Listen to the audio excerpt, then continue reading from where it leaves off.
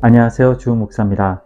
매주 목요일 신앙서적 한 권을 추천하고 함께 은혜를 나누는 한 권의 만나 31번째 시간입니다. 오늘 함께 나눌 책은 홀리 앨런, 크리스틴 로턴 공저, 세대가 통합되는 교회입니다. 본서는 교회가 여러 이유로 연령별 혹은 편의대로 분리하여 예배와 공동체를 운영해 왔지만 신앙 형성과 성숙한 신앙 발전을 위해서는 세대를 통합해서 예배해야 하며 무엇보다 그것이 성경적이고 하나님의 뜻임을 기억하고 현대교회의 편의주의, 개인주의, 소비주의적 운영을 멈춰야 한다라고 말하고 있습니다.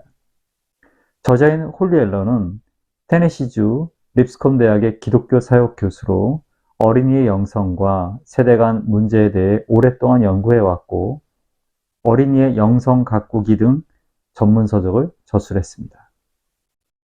또 다른 저자인 크리스틴 로턴은 기독교 교육학과 교수이면서 캘리포니아 콘코디아 대학 기독교 교육 책임자로서 성경 연구 도서와 교회교육 커리큘럼 교재를 다수 집필해 왔습니다. 목차를 살펴보겠습니다. 1부 세대와 관련한 현황 파악, 2부 성경적, 신학적, 이론적 근거, 3부 사회과학적 근거, 4부 세대 통합적 신앙 형성의 실제. 책 속으로 들어가 보겠습니다.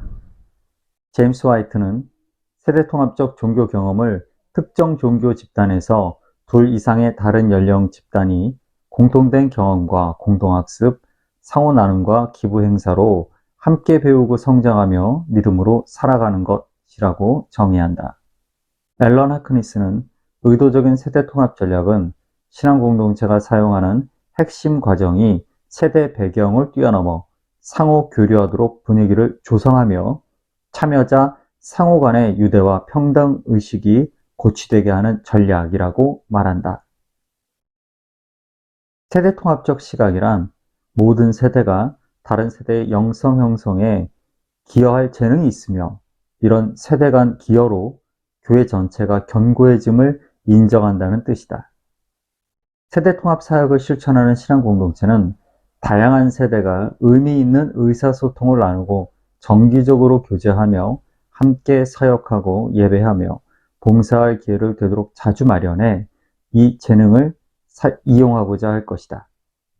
세대통합적 경험이란 두 세대 이상의 많은 사람이 한자리에 모여 상호활동에 참여하는 경험을 말한다.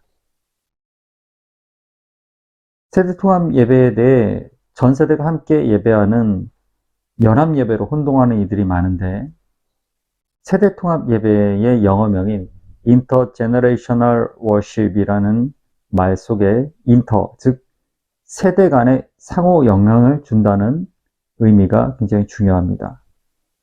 부모의 예배에 자녀들이 종속되는 식의 정통 예배를 연합예배처럼 하고 특송 같은 한 역할을 맡기는 정도로 그것이 세대 통합 예배라고 해서는 안 된다는 것입니다.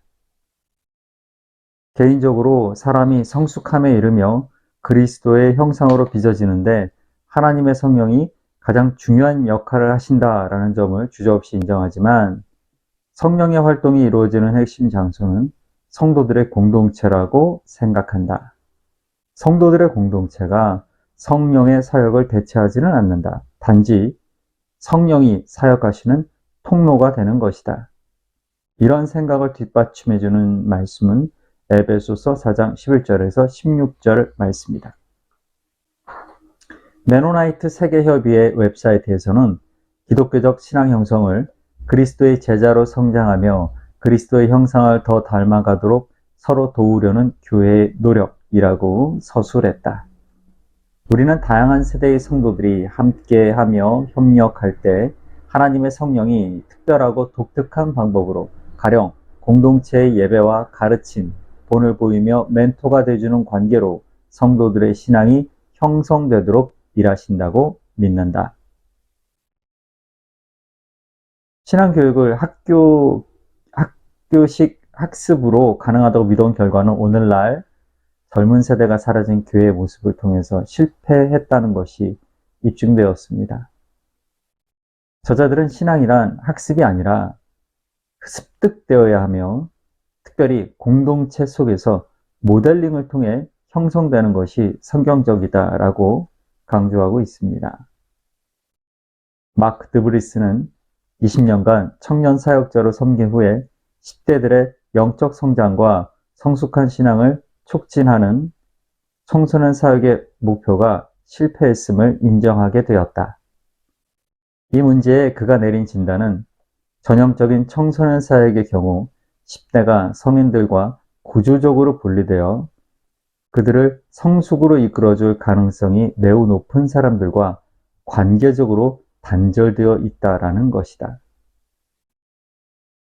아이비 백위스는 그리스도의 몸 전체, 즉 온 회중과 함께 예배하고 신앙 공동체에 기여하는 참여자로서 온전히 용납되고 환대받을 수 있는 정기적인 기회를 어린이에게 주어야 한다고 주장한다. 백위스는 하나의 교회 프로그램으로 어린이의 신앙을 다 형성할 수는 없지만 세대 간 공동체에서 가족적 생활을 한다면 그것이 가능하다라고 말한다. 교회 성장 전문가들은 수십 년 동안 대형교회로 성장하는 방법에 대해 조언해 주었다. 예를 들어 일부 교회 성장 전문가는 도널드 맥가브란의 통일 집단 원리를 기반으로 소그룹 차원에서 더 나아가 대형교회 차원에서 동질성, 연령이나 인생 단계를 중심으로를 강조하기 시작했다. 동일 연령 혹은 생애 주기 중심의 소그룹에서는 공감과 사회적 위로는 얻을 수 있었지만 궁극적으로 신앙 공동체를 세대별로 분리하는 결과를 낳았다. 교회 성장 문헌에서 양적 성장은 일반적으로 자녀로 가족을 유인하는 방식과 직결되어 있다고 본다. 어린이 교회에서 재미있고 흥미진진한 프로그램을 실행하면 교회 쇼핑에 열중하는 이들을 대거 유인할 수 있다. 아이들이 어린이 교회를 좋아한다면 그리고 부모가 자녀를 돌봐야 하는 짐을 덜 수 있다면 더 많은 가정이 교인으로 등록할 것이다.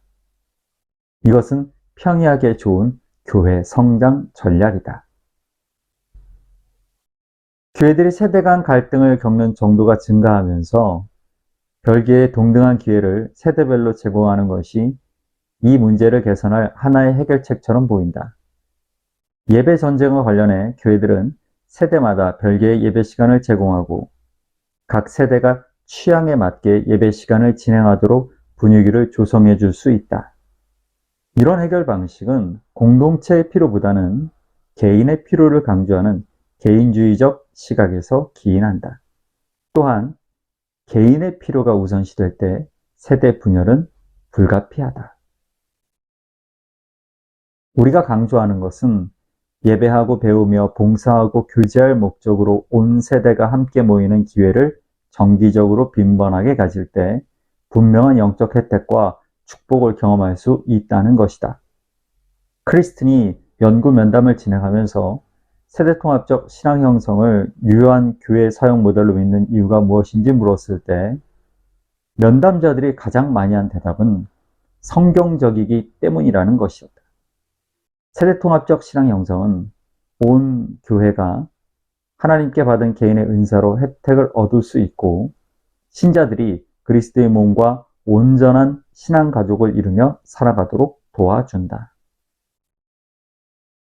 저자들은 신앙 공동체가 우리 신앙이 어떤 역할을 해왔는지 그리고 현대 교회가 잃어버린 그 신앙의 유산이 무엇인지를 알려줍니다. 그것은 또한 우리가 회복시켜야 할 소중한 신앙 전통이라고 말입니다. 청소년이 어린 시절과 10대 시기에 적극적이고 열정적으로 신앙생활을 했지만 청년기에 이르면 믿음의 공동체와 단절될 때가 많다는 점을 인정한다. 그리고 이들이 성숙해져서 결혼하고 자녀를 출산한 뒤 다시 돌아오기까지 수동적으로 기다리기만 하는 교회를 비판한다. 갓 성인이 된 청년은 직장을 선택하고 배우자를 만나는 매우 중대한 시기를 보내므로 청년의 이야기를 들어주고 정체성을 찾으려는 그들의 노력을 인정해주며 어른이 되는 과정을 겪으며 하나님께로 나아가는 그들의 여정을 함께 해줄 어른이 필요하다는 것이다. 40대 이상 성인이 안고 있는 공통된 문제는 연로한 부모 부양, 예상치 못한 이직, 청년 시절에 품었던 꿈을 포기하거나 타협해야 하는 현실, 중년이라는 나이를 받아들이는 문제다. 이러한 중요한 생애 발달 단계의 문제와 씨름해야 할 때 격려하고 응원해줄 순수한 관계 공동체와 정기적으로 교류하는 사람이 그리 많지 않다고 한다. 세대통합 신앙 공동체에서는 이런 위기를 성공적으로 넘기고 자신이 겪었던 것과 같은 어려움을 당하는 인생 후배에게 사랑과 공감 어린 지지를 보내줄 많은 사람을 만날 수 있다. 세대통합 예배를 가장 먼저 주창했던 미국의 기독교 교육학자 웨스트호프의 주장을 살펴보게 되는데, 그는 신앙 공동체야말로 가장 훌륭한 신앙교육의 교재이며 교육의 장이다라고 강조했습니다. 웨스트호프는 기독교 공동체에서 신앙에 이르는 과정을 문화화라고 부른다. 문화화란 모든 연령간 상호작용 과정을 강조한 것이다.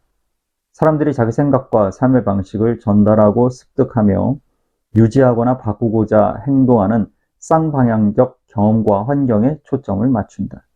문화화에서는 한 사람을 적극적 행위자로, 다른 사람은 수동적 수혜자로 이해하지 않고 두 개인을 모두 적극적 행위자이자 주도자, 반응자로 이해한다. 기독교 교육의 수단은 신앙 공동체에서 연령대의 제약 없이 이렇게 상호작용하는 경험의 성격과 특성, 본질로 서술할 때 가장 잘 표현할 수 있다. 사회학적 용어로 이 과정은 종교적 사회화라고 부른다. 웨스트호프와 네빌은 종교 사회화를 개인이 자기 신앙, 세계관, 가치, 체계와 생활 방식을 유지하고 전달하는 일생의 형식적 비형식적인 메커니즘으로 구성된 과정으로 규정하고, 이것은 의식과 제의, 신화와 상징, 신앙의 표현과 태도, 가치, 조직화된 방식과 활동으로 전통을 계승하는 공동체 생활에 참여할 때 이루어진다라고 말한다. 웨스트호프는 30년 동안 모든 연령대 사람이 함께 참여하는 공동 예배의 전통을 회복하자고 호소했다. 기독교 교육 프로그램의 학습 방식의 본질에 의문을 제기하면서 상호 교류하는 방식으로 전 신자가 함께 만날 다른 방식을 찾아보자고 격려하고 권고한 것이다. 저자들은 세대 통합 예배의 성경적이며 예배 신학적 근거를 삼위일체 하나님에서 찾습니다. 성부, 성자, 성령의 어우러짐과 같이 조부모 세대, 부모 세대, 자녀 세대가 종속이 아닌 상호간에 영향을 주는 삼위가 하나 되듯 어우러지는 세대 통합 예배를 제안합니다. 저자들의 권면을 들으며 오늘 한 권에 만나 31번째 시간을 마치겠습니다. 하나님은 서로 기꺼이 영광을 돌리신다. 성부, 성자, 성령은 서로 다른 고유한 인격으로 하나의 본질을 이루시며 서로 종으로서 사랑과 상호교제라는 특징적 태도를 드러내고 늘 서로 영광을 돌리고 경의를 표하신다.